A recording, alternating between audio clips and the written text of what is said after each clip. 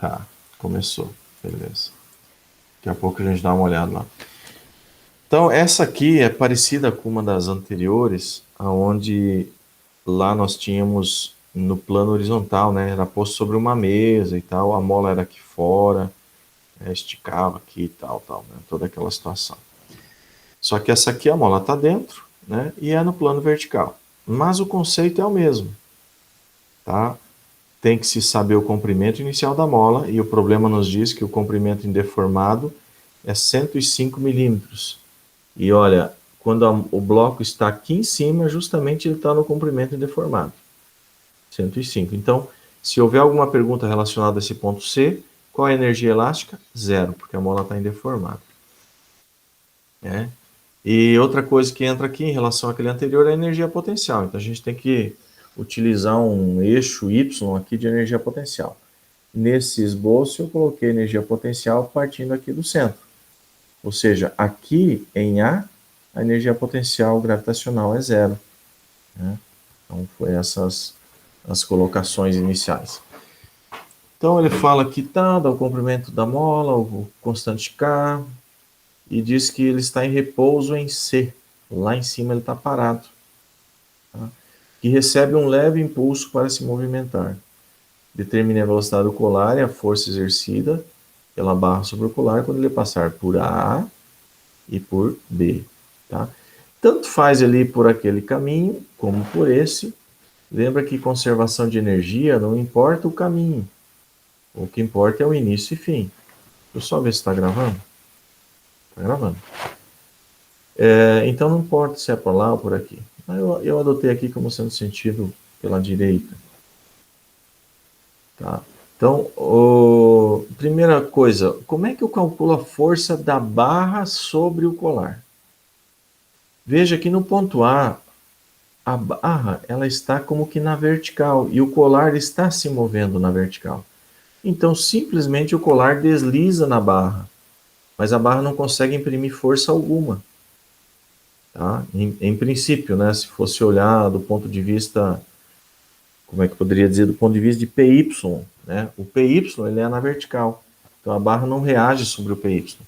Mas como o movimento é curvilíneo, pode ser que apareça aqui alguma força. A gente tem que fazer então um equilíbrio de força na direção do raio aqui, ou vamos chamar aqui de normal, porque nós estamos um raio constante, então vamos usar aqui as componentes EN e ET.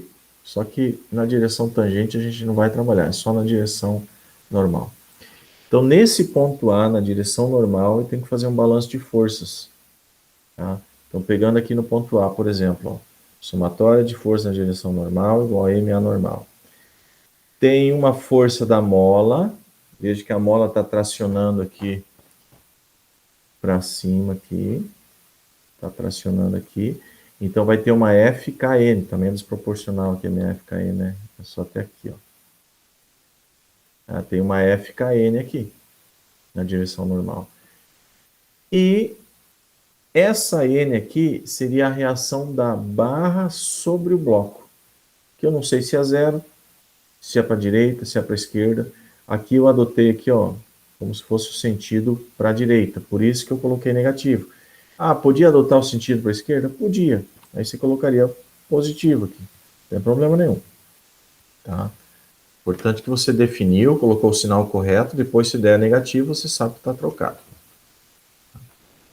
Então, fazendo aqui então esse balanço, a gente já pode calcular essa N aqui, porque essa força da mola você consegue calcular com F igual a Kx, porque você conhece esse comprimento LA, é só fazer trigonometria, você tem o LA, e com o LA menos o L0, você tem a deformação da mola, e com a deformação da mola, você calcula o FK.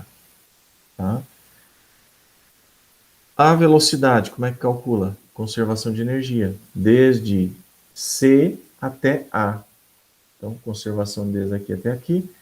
Veja que lá em cima nós temos a velocidade nula, mola é zero, mas eu tenho uma energia potencial gravitacional, que é conhecida, 0,18, que é daqui até lá. Nosso eixo gravitacional está aqui. Aí ele vem na posição 2. Posição 2, eu quero saber o VA, justamente o que eu estou procurando. O X da mola também dá para calcular com trigonometria. E o Y é zero. Então a potencial é nula. Então, nesse conservação de energia, de C até a gente consegue, então, determinar VA. E sobrou só incógnita a nossa normal, que é a pergunta. Qual que é a força que a barra exerce sobre o bloco? Tá? Então, essa é a explicação para o ponto A. Para o ponto B, o que é que muda? Muda, é tudo igual, exceto a questão que vai aparecer uma força a mais aqui. Ó. Além do FK da mola, que está representado aqui, além da normal, que eu vou arriscar agora colocar lá para cima, tá? Vai ter também o peso para baixo. Então, vou repetir essa equação aqui, ó. Vai ficar o nosso FK normal, que é a própria FK, porque ela está toda, ela não tem que decompor, tá? É a própria FK. Então, vou até deixar FK. A normal é para o centro, então mais normal, e menos o peso. Lembre que no normal tangencial, o vetor é positivo quando aponta para o centro, tá? Ó, vetor aponta para o centro, vetor unitário, tá? Então, mais FK, mais normal, menos o peso é igual a mVb ao quadrado sobre o ρ. O ρ é o mesmo, o VB você acha através da conservação de energia, e aí fica somente a incógnita chamada normal, que é o que a barra exerce sobre o colar. Enfim, é esse o caminho das pedras aí, né? Agora deu certo a nossa